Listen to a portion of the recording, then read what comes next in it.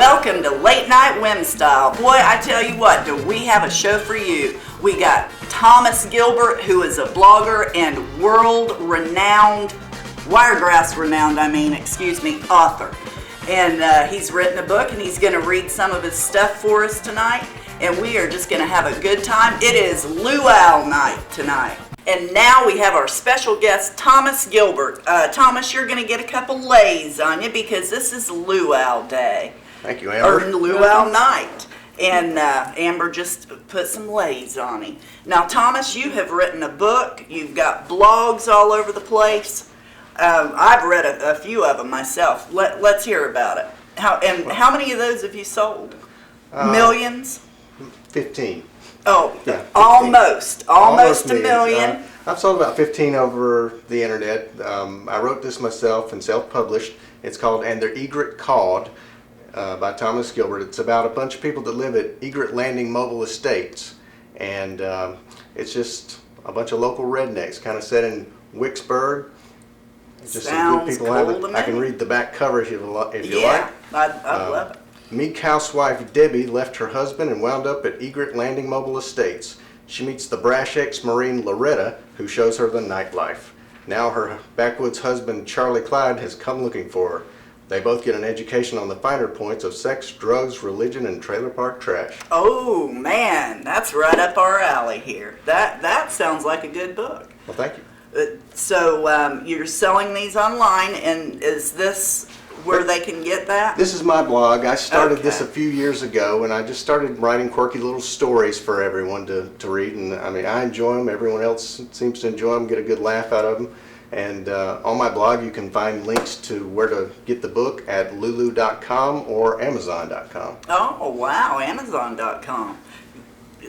I think he'll be on the bestseller list in no time from amazon.com. We'll make sure. Everybody in the Wiregrass, buy one of those books.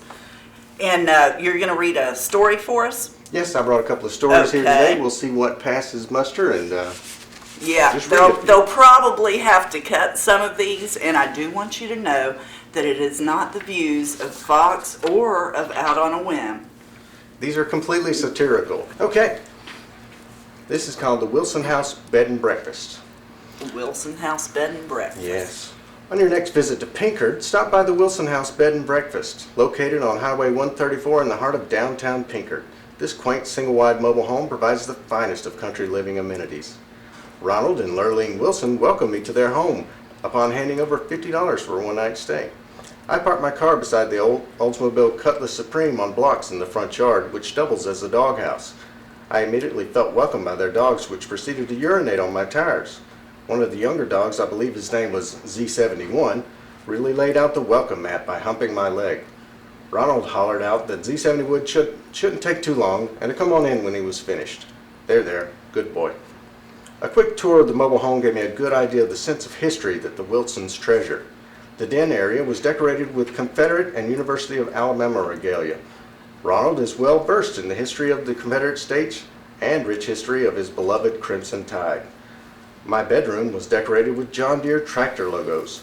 The bed was firm but soft in places, and I swear the thread count on those sheets was in the 200 range. Cool. After a light snack of Miller High Life and boiled peanuts, I joined Ronald in the small but comfortable pool.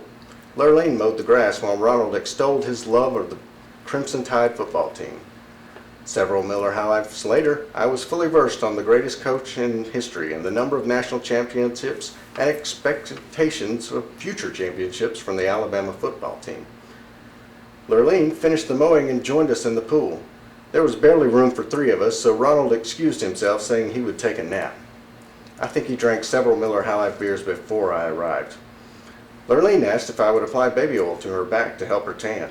Her skin was very dark and appeared to be a loose-fitting leather jumper, but I did as she asked. Her leathery skin and raspy voice from years of cigarettes appealed to some primal yearnings in my midsection. That might be the beer talking. I engaged her in conversation about things to do while staying in Pinkard. She told me the two choices were to go to MP Surplus or to the store. Maybe later we could go to Midland City to see the Shrimp Man for supper. As night fell, we tired of being in the pool. Lurleen took me around to the back porch area. There she opened a box with a few cigarettes. She offered me one, telling me it was a clove cigarette and really gives an appetite. I figured, when in Pinkard, we shared one of the cigarettes and she told me to quickly get dressed. A sports coat and slacks should suffice for a Saturday evening dinner. I started to feel very lightheaded, probably the cigarette and beer. I dressed as quickly as possible and met Lurleen in the den.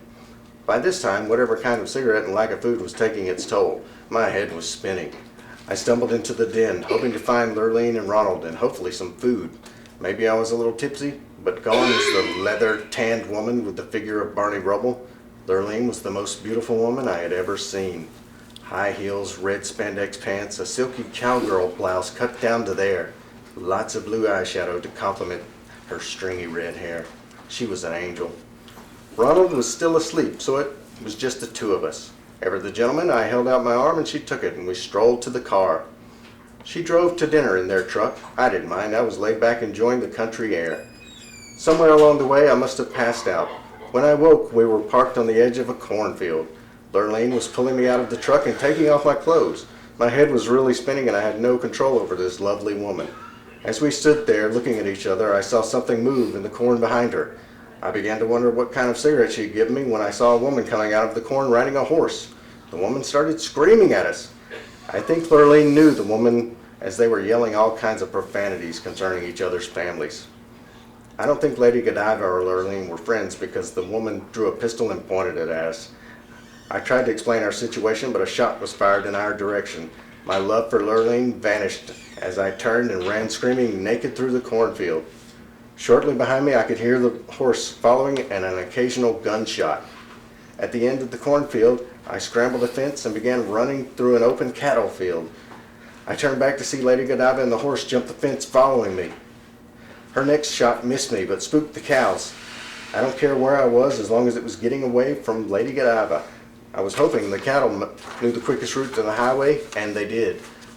I could see the street lights. Only a fence separated us from civilization. I bounded the fence along with several cows and, of course, Horse Lady. Shouldn't she be out of bullets by now? Our running bovine parade went through the downtown Pinkard, where I saw the Wilsons' mobile home. I dove behind an azalea bush and watched the parade pass. After a few minutes, I caught my breath, and then Lurleen drove up. As she went inside, I checked the truck, and thankfully my clothes were still there. I dressed, grabbed my keys, and said a silent goodbye to the overnight bag and the Wilsons. This place was a little too crazy. I'm heading to Dothan to stay somewhere safe, like the Heart of Dothan Motel. Wow, Lurleen and Lady Godiva in Pinkard. How much is the book? Well, I'm glad you asked. It's actually $12.98 when you order it through Lulu.com. All right. And there's a small shipping fee if you do order it online. But I think we have them set up for $15 each at the Antique Mall. Okay, you hear that? $15 each at the Antique Mall or $12.98 plus shipping at Lulu.com. Love reading about trailer park people. You know, also you make tables and, you know, you're crafty. I wish you'd have brought some of your tables here. I know it'd probably be hard to do, but... Yeah, we make some furniture. Some of it's a little big to be bringing in, but little things like I'll take an old door from a house and put some legs and shelves on it and make what my wife calls a secretary. And it's just a beautiful looking piece and very unique. And it's given other people ideas, you know, to say, oh, my grandmother's house was torn down or sold, but we saved this door. That's a really good idea. Something we could make to treasure a piece of Grandma's house. We make tables and potting tables, inside, outside furniture, benches, things like that. We try to find old pieces that are not being used anymore and repurpose them. Right. Like we might take a bed and build a bench out of the bed. Use the headboard as a back to a bed and put some arms and a seat to it. Oh, wow. See, stuff like that is satisfying to me. You know, I do dolls, old dolls, and I turn them into stuff. And you know, with the furniture, I mean, that's got to be as satisfying seeing, because to me, it's our way of green. You know, everybody's all about the green here and there. Right. Okay, recycle something old. Why toss it in the garbage, you know? That's right. I mean, it can be something useful, and it can be a main piece of furniture. And stuff like that I love. You know, I just love it. And you've got your stuff set up in different I'll have places, right? some pictures of some of the things on our blog. Right now we're moving back into Old South Antique Mall. We should be in there by the time the show airs, and you can come in and see some of our stuff. We'll try to have some books out there too. Yeah, You that can would get them be a there good instead idea. of ordering them online. Yeah, we'll have some things at Old South. You can check out some of our furniture. My wife's a beautiful decorator. She does wonderful things. Yeah, Like I say, she does. I build the furniture and the pieces, and then she refinishes them and makes them really look beautiful after I get finished. Yeah, well, that's good. Work as a team. That's how me and my husband Yeah, always great have team. done things. But it makes it do good. It makes both people be involved in all parts of the business. Well, I sure appreciate you being here, and hopefully some pieces will be aired of what you read. Yes. I know there's going to be some cut. I already know that, but that's why you have to go to this blog and this website here and read it. Yes, and the Egret Called is the name of the book. I have a link on the blog as to where to find the book. You can also search for it, Google it, and the Egret Called, and you will find that. It's at lulu.com, a self-publishing website, and it's also on Amazon. Isn't that exciting? It is. Yeah. It is very exciting. When egrets call, it can be nothing but exciting. That's right. You don't hear them very often. No, you don't. We used to call them cowbirds. I still do. Do you? I had to look it up. Yeah, okay.